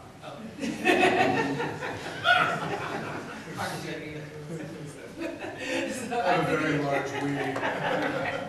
So, I just think it's important to think about all these different layers. And I think it is important to say, when we talk about community and when we talk about, all these intersections, to be very explicit about it. Because I think part of the problem today is that we're not explicit about it. We're apologetic about it, about the intersections between race and gender and class and gender and race, ethnicity and how we talk, all these things that are absent from our public discourse that don't need to be, and we need to ask this challenge. Yeah. Very next speaker. Yes. My name is Christian Sar Allen. I'm from the Cambridge School of Western. I'm a senior there. So I was thinking about what Ms. Morrissey said earlier about how claiming the title of a post-racial society allows for us to become complacent. And then, within that sort of construct of being complacent, when you talk about something like race or some other systemic form of oppression, you become dated. And then as Tim had said, after, when you try and include a movement in some sort of like political uprising or any sort of like social uprising or anything, then it just shows our desperation for something like a movement. So the question that I had, which I did write down, was how do we talk and learn about something like race or some other, like I said, systemic form of oppression without sort of succumbing to the complacent nature of America and also the institutions in which we learn about things like race and racism. And separate from that, how do we just maintain our ingenuity in our pursuit of education in general? I mean, I know that's a really big question, and it's not something you can answer in 5 minutes, but just, yeah. Try. Yeah. That's my son.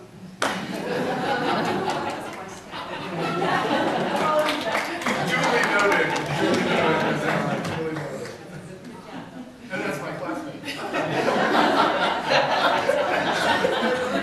we're like, we got a we going on here too.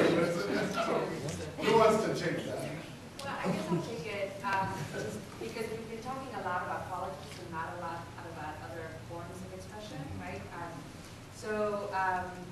I had a great deal of fun researching someone like Richard Pryor, who got us first think about political action and agency and race, but also was really testing ground, right? So that he would, on one hand, be a very obvious political, very force, right? But because he also used humor as opposed to like the political podium, right? Alone, he was also able to question the ways how we can drink the Kool-Aid, right? Or how he himself drank the Kool-Aid, or how he was himself embodying so much of the problem of America, right? In a moment of life. So I think maybe we also need to think outside the political box, right? And think about other forms of expression that can get us in conjunction with politics, right? To think about race in a complicated way and still keep our wits about us. And to not reduce every cultural form to a political expression.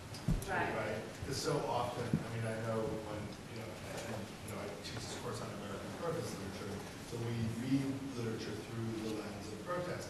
And, one of the things that I'm always sort of hesitant to do is to insist that all forms of cultural production that are produced by and within communities that are somehow alienated or oppressed are always and everywhere political.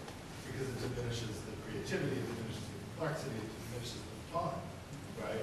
That is often the necessary kind of safety valve or sort of pressure valve for the political struggle. So that's not to say that culture isn't political too, that's not some politics, but to always reduce it just to be something politics, I think is your point. Anybody else want? Okay, yeah. Hi, my name's Ed. I'm a senior at college. I'm actually writing my thesis on Martin Luther King Jr. And the question that I had for you guys was, you speak about leadership before and advancements in technology. So Twitter, Facebook, mobile uploads. And my question is, how are we going to remember radical leaders today differently than we did in 1967, 1960? So let's say that Twitter, Facebook, mobile upload, the emphasis on sound bites, Jeremiah Wright, God of America. How does that, how would that impact our memory of King, our perception of King, our myth building of King? If those were around, do we remember him more for I Have a Dream in popular America, or do we remember him for Beyond Vietnam? Or is it more complicated than that? Very quickly, I'd say that, the next generation is screwed. In terms of how they're going to remember, in the sense of... How's that for hope and change? I'm not a politician, so I don't have to embellish. No, I'm still optimistic, but I do think the next generation, in a lot of ways, we've done it already. We freeze framed King, and it takes so much. Like you said, we're even more in the iPod generation, Twitter, about sound bites. It's going to take so much real in-depth research to understand who King was. You're going to have to get through so many different layers of obfuscation and just things that are minimizing who he was and the revolutionary that he was. So it's going to become even, I think, more difficult because already we celebrate MLK Day, but between '83 when Reagan signs that, it's 1983, to now, King has receded, the radical King, even further. Because Reagan almost didn't, he knew there was going to be, it was going to be overridden. So he signs it, but he thought King was a communist. And on some levels, I think, obviously MLK was not a communist, but the fact that Reagan was so scared of signing that, he knew how subversive King really was, right? So to have that holiday, but then what our democracy has done and institutions have done is freeze frame King, 1963, even to the point where all we do with Martin and Malcolm is, again, King is almost this beloved community. They set it up for especially the kids in urban America where King is almost this wimp and Malcolm is this macho guy. You see what I'm saying? Where obviously this is much more complicated, but I think future generations are going to have a hard time getting, and again, obviously we can push back against that through our own, what we archive in the intranet and what the left does, what black folks do, what progressives do. We can push back against that. So I mean, I'm hopeful in that sense. But in terms of what our meta-narrative is going to be, and that's the narrative that ends with Barack Obama and we all live happily ever after, they're connecting MLK to King. And if you notice, they even skip over Jesse Jackson. And I hold no breeze for Jesse, but 84, 88 is he's an important historical figure. You know what I mean? Yeah. I think it's also important to remember King's power analysis in answering this question, right? When he talks about power being love implementing the demands of justice, and where do we go from here? With the idea, to me, that we're responsible for creating the structures then that will lead to how future generations interpret King's message and the message of the movement. Movements, plural, right? So I think, even as we talk about this changing technology and tools, there will be, more tools created that we haven't thought of yet, more strategies to engage. We have to be on top of our game, truthfully, to make sure that those important messages don't get lost and that we continue to think about the structural inequalities that perpetuate these systems of oppression in our communities, and to make sure that those key messages and these key ideas continue to be a part of our public discussion. I just want to say a couple of things from an artist's perspective, right? Have you seen the Boondocks, The Return of the King? Right. I mean, that is something that keeps MLK alive in a very different way, right? So also Paul Beatty's The White Boy Shuffle, amazing novel, right, and that really meditates on the legacy of MLK, right? It's a dark satire, so it's not, so these are artists that are, in their 30s, 40s, right? So that, again, thinking outside the political box allows us also to think about what artists are doing to keep us from ossifying important figures. Yeah, I just want to, actually, I'm a little bit more optimistic in light of the technology issue. One of the reasons why, one of the things that, of course, historians deal with is primary sources. And the reason why the earliest wave of histories are so weighted towards men and people in leadership is because the kind of archival records that people left privilege certain groups of people, right? And who's getting in the newspapers, who's getting quoted, who's getting kept, observed by the FBI. I mean, these are all privileging certain kinds of people, right? And what we have right now is everyone's leaving records, right? So there's going to be, the role of the narrator becomes even more important now. I'll give you an example which is not history related, but it illustrates my point. There's a music writer who wrote a piece on Kanye West. He wrote about how he went to Kanye's house, and Kanye's saying this, Kanye's saying that, and he's describing the art in Kanye's house, and this, and it was a legitimate feature on Kanye West. And at the end of the article, he's just like, and this was written based on Kanye's Twitter feed and his YouTube postings and his videos and his pictures of his house. And he's like, he's not being dishonest because, yes, Kanye did say this thing to me and a million other people, right? But what made this person so skillful was that he was able to cull through these stories, because you're going to have a lot more, nothing on the internet is deleted. When you hit delete, it just means you're hiding it from you and whoever else. That stuff exists on servers. Don't believe me. They can subpoena your text messages. Ask, what's the dude's name from Detroit? Ask Kwame Kilpatrick. They can subpoena your text messages from years ago, right? And that stuff is saved on servers. So, there is a lot more data for you to work with to construct a lot more interesting narratives than we've had to work with. All right, one more question. Someone's worried about first year medical students. So personally, I'm a firm believer that this proves all radicalism is to eventually become mainstream. So my question is, what sort of aspects of these movements and these issues and movements allow them to allow black radicals and issues movements to transition to being mainstream black, but it's mainstream American as well?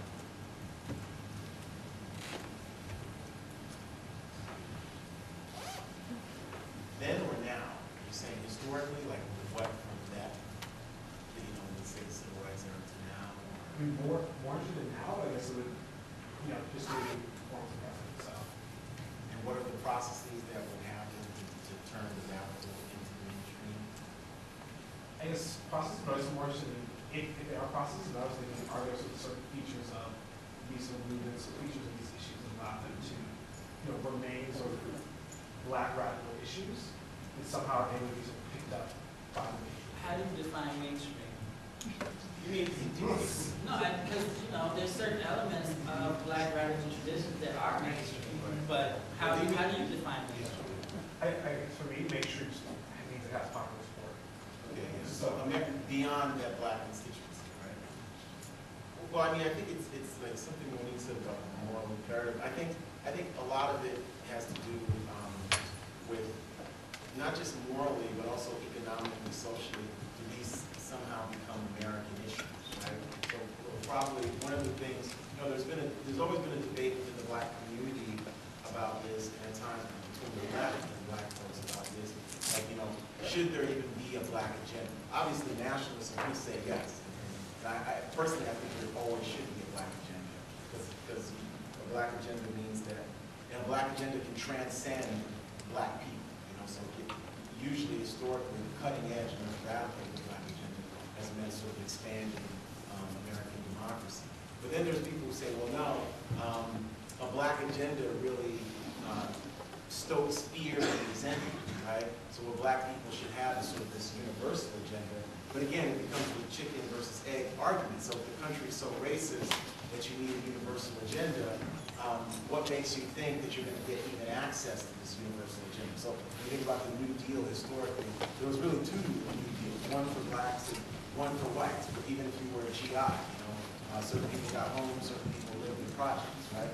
So I think, I mean, part of this would have to be making whatever issues, like healthcare or mass incarceration, something that's connected to the health and welfare of the American Republic, right? And in those instances, those issues have become much more mainstream. Right now, the way public schools are becoming more mainstream. Although the solution, charter schools that people have, isn't necessarily the magic bullet that waiting for Superman might make it out to be, right? So that documentary, I don't know if you've seen it, it sets up a thing where, you know, if only you could just turn all the schools into charter schools, but, you know, 80% of them don't necessarily perform as well as the specific one that you're showing in terms of Jeff Canada and the Harlem Children's. So you're still saying that a major this positive strategy would be to be that to something more mainstream. Whatever the radical agenda is, time it, masking it, piggybacking on to something like that. Time it, masking it at times, it's just, I mean, there's a reason JFK comes on TV in '63, a few months before he dies, and says that there's an American Revolution going on, and it can be either peaceful or violent, right? It's because of Birmingham and these other things. So what the movement manages to do is become so relevant, and part of it is because there is a theatricality to, I don't know, Bull Connor, you know, there's hoses and German shepherds, and you know, hoses so powerful that it's tearing the bark off the trees, and even Kennedy's like, you know, I give up, you know, I'm in support. So there's a point where you can turn it, you know, and this specific issue that we have today, I think it's both the DREAM Act, and I agree with you saying the DREAM Act doesn't push far enough, and it's mass incarceration, I think. I think those are two issues that are the most pressing issues that we have, immigration and mass incarceration, that connect to so many things. And I would add war to the last part, because one of the biggest things that King talked about was militarism, materialism, and racism. And war, a big part of our problem as Americans is this perpetual war that the State Department and the Pentagon have us in. And I've read the book Obama's Wars, and I think it's something every American should read, because if you read Obama's Wars, and I think you should read The New Jim Crow by Michelle Alexander too, by the way, on mass incarceration. But the Obama's Wars, away from Bob Woodward, who's a great writer, but it's just sort of matter of fact. He's just telling you what happened. The bigger lesson in Obama's Wars is that he had no way to get out of Afghanistan. Like the whole military-industrial complex, when he's looking for other solutions, they all say no. And in fact, there's hints in that book that if he had said Biden wanted him to do a much, you know, sort of just a counterterrorism strategy, there's hints from Woodward, off-the-record stuff, that the whole military, his whole Joint Chiefs of Staffs and stuff were going to quit. You know? And when they said revolt, people said, well, what does that mean? No, they're not going to slit the president's throats and stuff. What they do is, on background, they start saying stuff to the Washington Post, the New York Times, and they discredit the whole presidency. And he was 9 months in when he did the Afghan review. 9 months. Remember, he had only been a state legislator. So it's very frightening that there really isn't the kind of robust civilian control over Afghanistan and Iraq. Really. Like, there's no magic bullet. One person can't go in there and say, you know what, we're stopping and de-escalating. Although constitutionally, we should be able to. Yeah. A lot of the, black radical agenda, I would say, historically has been about transfer of power and crossing this color line and being unapologetic about it, which is partly what made it so radical, right? And I think, when you ask what's transferable then to a mainstream sort of popular culture or popular cultural consciousness around that, I would see, there being a lot of opportunity in us understanding the value of race-conscious discussions. And we haven't really moved in that direction. Well, we were in that direction, and then we moved away from it, and now we're trying to move back because of some of the comments that have already been made on this panel. But I think what represents an opportunity for us in terms of mainstreaming this consciousness is a real, intelligent, explicit way to talk about race-conscious remedies beyond affirmative action. And really look at structures and ways for us to advance this transfer of power, given that people of color are now a third of the U.S. population, expected to be half by 2042, 2050 majority. So there's going to be a shift demographically. So it's really about this transfer of power and this consciousness around that transfer of power that doesn't lead to some internal wars or other forms of bias that are lingering in our policy construct or even in our social culture. All right, well, let me just close by saying what a pleasure and privilege it was to have all four of you here. I often at a place like Carpio are at sea, inside or an outsider on the inside. And one of the things that I love is being able to know that there are people like this out there in our generation who are trying to have these conversations and are trying to wrestle with these really complex issues, but profound issues for our time. And so I want to just thank you all for being here. Thank you for being friends. Thank you for pushing me and being pushed by me. It's been an honor. Thank you.